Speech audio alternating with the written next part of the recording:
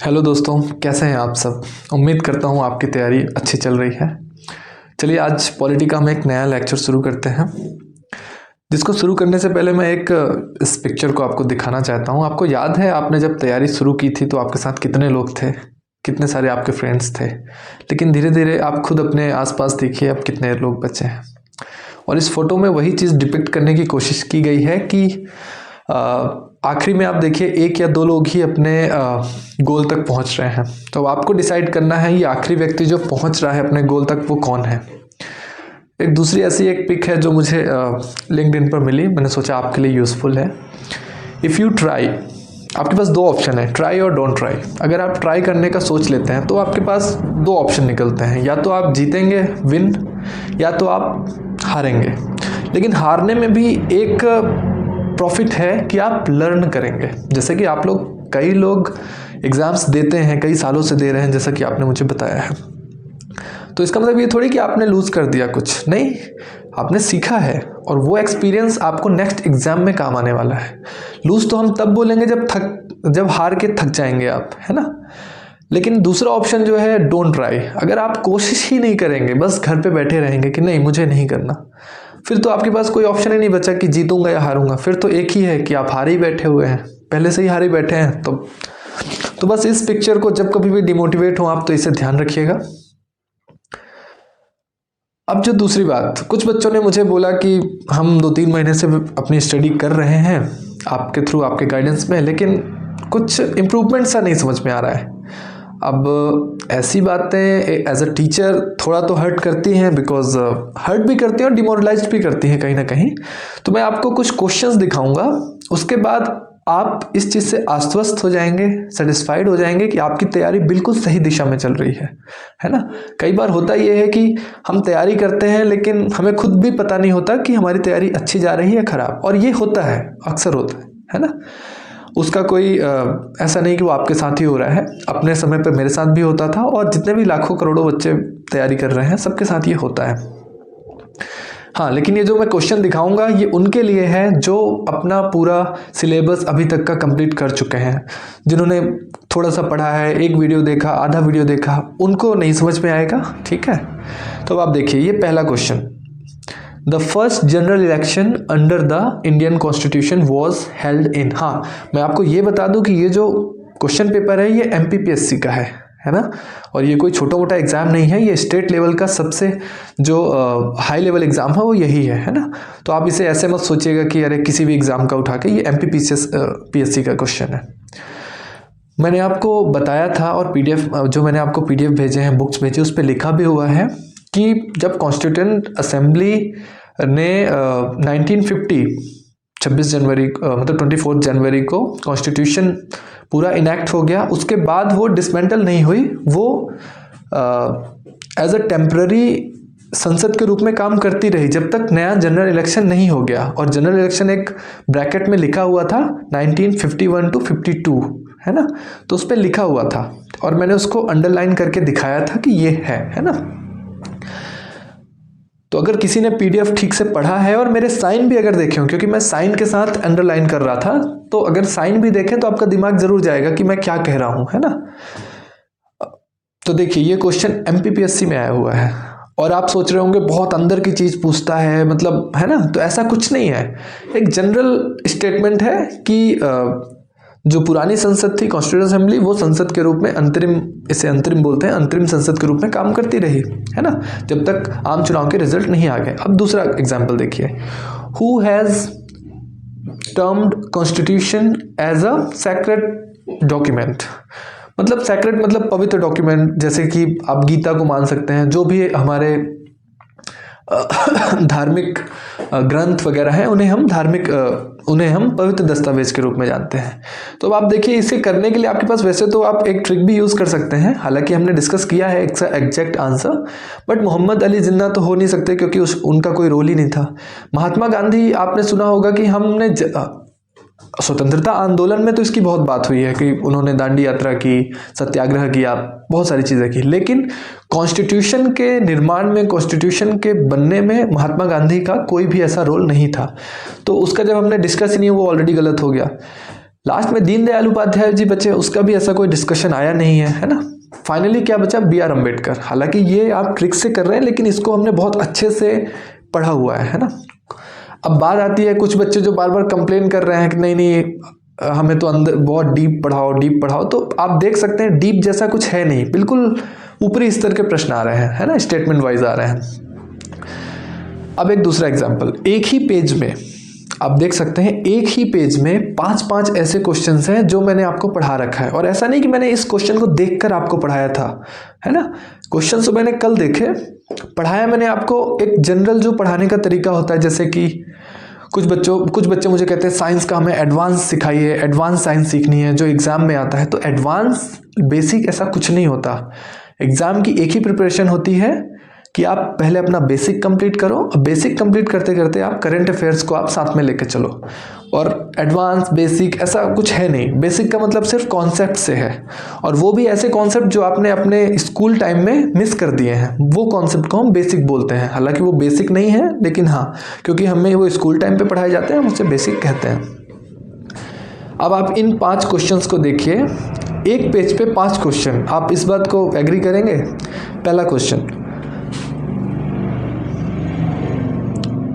Alexander Fleming के बारे में। आप 8th क्लास की साइंस जो मैंने एनसीईआरटी के वीडियोस बना रखे हैं, आप उसे जाकर देखिए।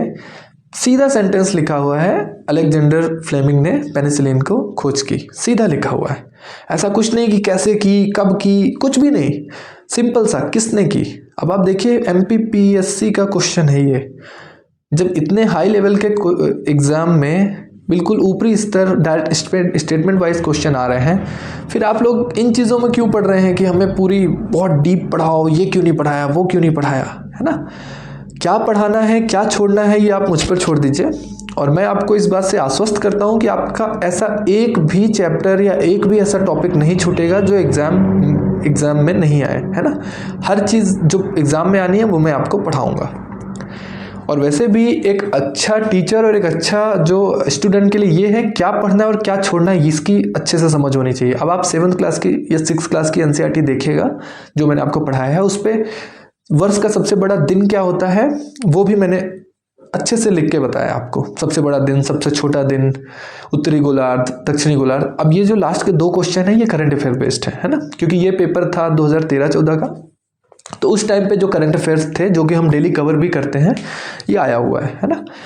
अब उसके बाद आप देखिए, मैंने जब इंग्लिश के लेक्चर लिए थे तो उस पर मैंने एक चीज़ ऐड की थी कि जितने भी इंस्ट्रूमेंट्स यूज़ होते हैं या कोई भी, जैसे कि लैक्टोमीटर, लैक्टोकैलामाइन दूध में होता है, तो मैंने बहुत स्पेसिफिकली बताया था कि लैक्टो से रिलेटेड कुछ आया ना तो आप समझ जाना कि ये मिल्क से रिलेटेड है। अब देखिए ये क्वेश्चन एमपीपीएससी में आया हुआ है कि दूध की कुछ लवणता या कुछ नापने के लिए, क्योंकि मैं क्लियर देख नहीं पा रहा हूँ, छोटा स्क्रीन है, मापने के लिए कौन सा इंस्ट्रूमेंट यूज़ किया, तो लैक्टोकैलामाइन, ठीक है। उसके बाद एक क्वेश्चन और देखिए, माइक्रोस्कोप का यूज़ किन चीज़ों को देखने के लिए किया जाता है। अब ये तो सिंपल लॉजिक वाला है, अगर आप माइक्रोस्कोप को समझते हैं कि माइक्रोस्कोप क्या है, जो कि एक जनरल चीज़ है, उसके लिए मुझे नहीं लगता किसी टीचर को कुछ पढ़ाने की ज़रूरत है, लेकिन ठीक है, वो भी हमने डिस्कस कर रखा है ना। जब हम माइक्रो ऑर्गेनिज्म पढ़ रहे थे एनसीईआरटी में, आप वीडियोस देखेंगे, आप पीडीएफ पढ़ेंगे तो आपको सारे क्वेश्चन के आंसर मिल जाएंगे, है ना। तो अब आप ध्यान से देखिए, क्या दूर की वस्तुओं को देखने में किया जाता है, बिल्कुल नहीं, उसके लिए तो टेलीस्कोप्स होते हैं। अब देखिए सबसे बड़ी बात, बैक्टीरिया, अमीबा, इन चीज़ों को हम माइक्रोस्कोप से देखते हैं, और इस पे माइक्रोस्कोप का मतलब ही माइक्रो से है ना, माइक्रोस्कोप। तो इस पे 4th ऑप्शन में आप देखेंगे तो उस पे माइक्रो लिखा हुआ है, और जब माइक्रो है तो वही आपका आंसर है। तो इस पे कोई ऐसी संभावना नहीं है कि आप गलत करें। और मैंने बताया ये थोड़ा सा लॉजिकल क्वेश्चन है। अब एक और क्वेश्चन देखिए, 5वां, जब भी अर्थक्वेक्स आते हैं, है ना, तो अब इस अर्थक्वेक्स आते हैं, और मैंने इंग्लिश की क्लास में ये लैक्टोमीटर और ये सिस्मोग्राफ, ये दोनों साथ में दिखाया था। और ऐसा नहीं कि ये क्वेश्चन पढ़ के मैंने दिखाया था, वो मैंने पूरी एक लिस्ट निकाली थी, जितने भी ऐसे क्वेश्चंस बनते हैं आज तक, वो मैंने आपके सामने पुटअप किया था। तो अब ये मैंने जो आपको दिखाया अभी, ये सब तब काम आएगा आपके लिए जब आप अच्छे से 3 महीने का जितना भी हमने अभी तक कवर कर रखा है उसे अच्छे से पीडीएफ भी पढ़ें और वीडियोस भी देखें। अब आप देखिए एमपीपीएससी जैसे एग्ज़ाम्स में अगर ये आता है, अब आप मुझसे कहेंगे हमें कोई इम्प्रूवमेंट नहीं दिख रहा है, तो इम्प्रूवमेंट कैसे दिखेगा? उसके लिए तो आपको पीडीएफ्स पढ़ने पड़ेंगे। मैंने आपको बताया कि मैं खुद एक एक किताब को 30-30, 35-35 बार पढ़ चुका हूँ, है ना। तो आप एक बार वीडियो देखने पे खुद को ये मान लें कि नहीं समझ में आया, ऐसे नहीं होता। 2 बार, 3 बार, 10 बार भी देखना पड़ता है। इसी वजह से आपने देखा होगा मैं आपको जो वीडियो लेक्चर प्रोवाइड करता हूँ वो लाइफ टाइम के लिए प्रोवाइड करता हूँ। बाकी जो नॉर्मल क्लासेस हैं वो आपको जूम में क्लासेस लेके ख़त्म, फिर उसके बाद आप दोबारा देखना चाहें तो आपके पास कोई ऑप्शन नहीं है। और as a deaf community I know कि आपके पास यही चैलेंज है कि रिवीजन कैसे करें, ये सारी चीज़ें। तो इसलिए मैंने आपको वीडियो के लेक्चर भी दे रखे हैं। अब आपको ध्यान से देखेंगे, तीसरा या चौथा टॉपिक है पॉलिटी का, जिसमें मैंने सारे आर्टिकल्स दे रखे हैं और सारे शेड्यूल्स, सारे अमेंडमेंट्स की एक लिस्ट दे रखी है। अब आप उस पर देखेंगे तो एंटी डिफेक्शन लॉ भी उस पर है कि ये किस अमेंडमेंट में एंटी डिफेक्शन लॉ को हमने इनपुट किया था, अपने संविधान का पार्ट बनाया था, ठीक है। हालांकि ये हम आगे विस्तार से पढ़ेंगे, ऐसा नहीं है कि उस पर मैं आपको छोड़ दूंगा कि आप लिस्ट पढ़ लीजिए। लेकिन हाँ, अगर कोई आप में से पढ़ा होगा किसी ने तो आप आराम से लॉजिक लगा के इसका आंसर कर सकते हैं, है ना। एक क्वेश्चन और है जो मैं आपको 1 मिनट दिखाता हूँ। वो तो मतलब एज इट इज, आप अगर आपने हेडिंग भी पढ़ी होगी, ऐसा नहीं कि आपको पूरा डीप में जाके, हेडिंग भी पढ़ी होगी तो आप समझ लेंगे उसे। रुकिए मैं आपको दिखाता हूँ।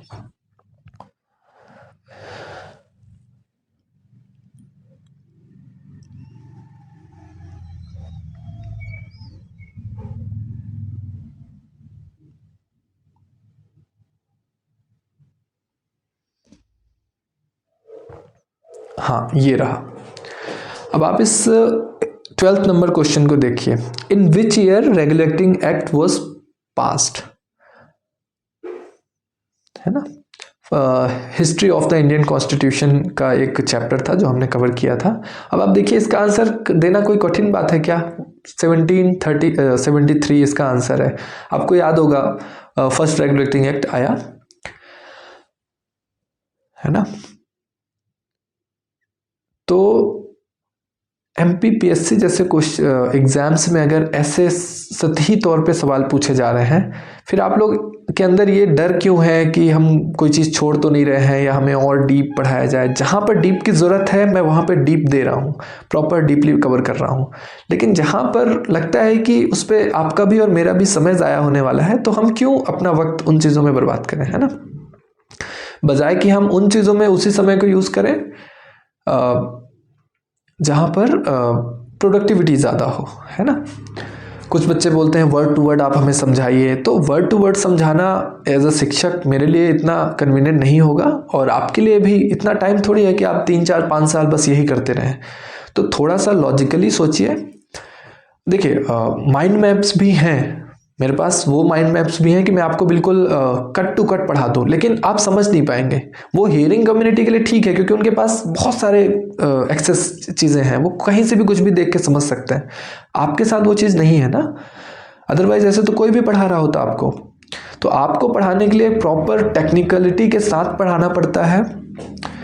अब एक दूसरा क्वेश्चन देखिए। मैंने एक स्टोरी बताई थी कि पहले के ज़माने में क्या होता था कि अगर कोई हस्बैंड वाइफ है और हस्बैंड की डेथ हो जाती है, अब पहले मतलब आज से 300-400 साल पहले की बात चल रही है, तो होता ये था कि हस्बैंड की डेथ हो गई तो जो उसकी वाइफ थी ना, उसको एज अ सती, ज़बरदस्ती की बात कर रहा हूँ, ज़बरदस्ती उसको बांध कर, उसको चिता पे लिटा कर उसको जला दिया जाता था। उससे बोला जाता था सती सिस्टम।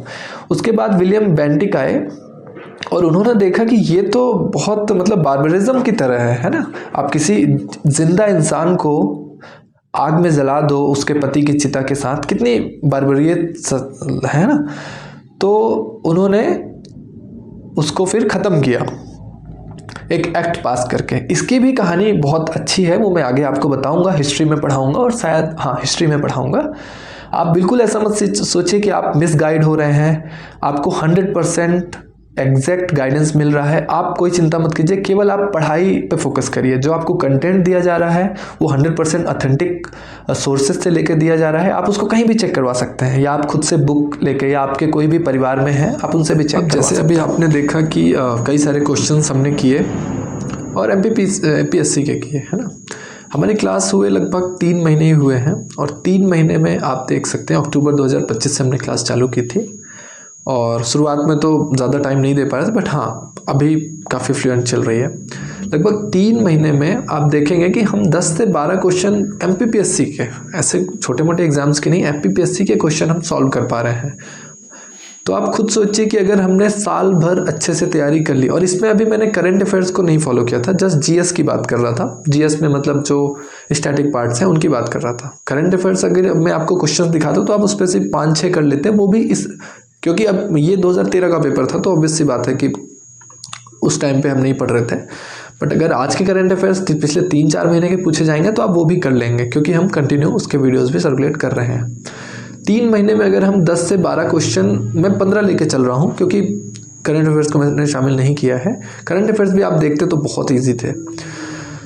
तो आप सोचिए अगर 3 महीने में 15 क्वेश्चन कर रहे हैं तो आपको 50 या 40 नंबर ही तो चाहिए, है ना। आप किसी भी एग्जाम में जो है तो आपका 50% मैक्सिमम स्कोर है, आपके कट ऑफ इससे ज़्यादा नहीं जा रही है। अभी नहीं जा रही, भविष्य में जाएगी। तो आप अगर साल भर अच्छे से मन लगाकर तैयारी कर लें तो मैं पूरे दावे के साथ कहता हूँ कि आप सक्सेस होंगे। बाहर भी कोई अगर देख रहा है मेरा वीडियो या पेरेंट्स सुन रहे हैं तो आपसे भी निवेदन है कि बच्चों को सही मार्गदर्शन देना है तो प्लीज़ आप कांटेक्ट करिए मुझसे, है ना, और ताकि हम बच्चों को उनके ड्रीम जॉब तक पहुंचा पाएँ, आप और हम मिलकर। आई होप क्वेश्चंस दिखाने के बाद आप ये फील कर रहे होंगे कि हाँ हमारी जो तैयारी है वो सही दिशा में जा रही है। और हम केवल SSC का नाम है कि हम SSC वाले बच्चों को पढ़ा रहे हैं, रेलवे वालों को, लेकिन हमारी तैयारी MPPSC या फिर PSC जितने भी एग्ज़ाम्स होते हैं और उसके साथ में एक UPSC लेवल के हम जो कंटेंट है वो बच्चों को दे रहे हैं, ताकि आज नहीं तो आज से बाद में कभी भी उन्हें फील हो तो वो उस लेवल की तैयारी भी कर सकें। So thank you so much.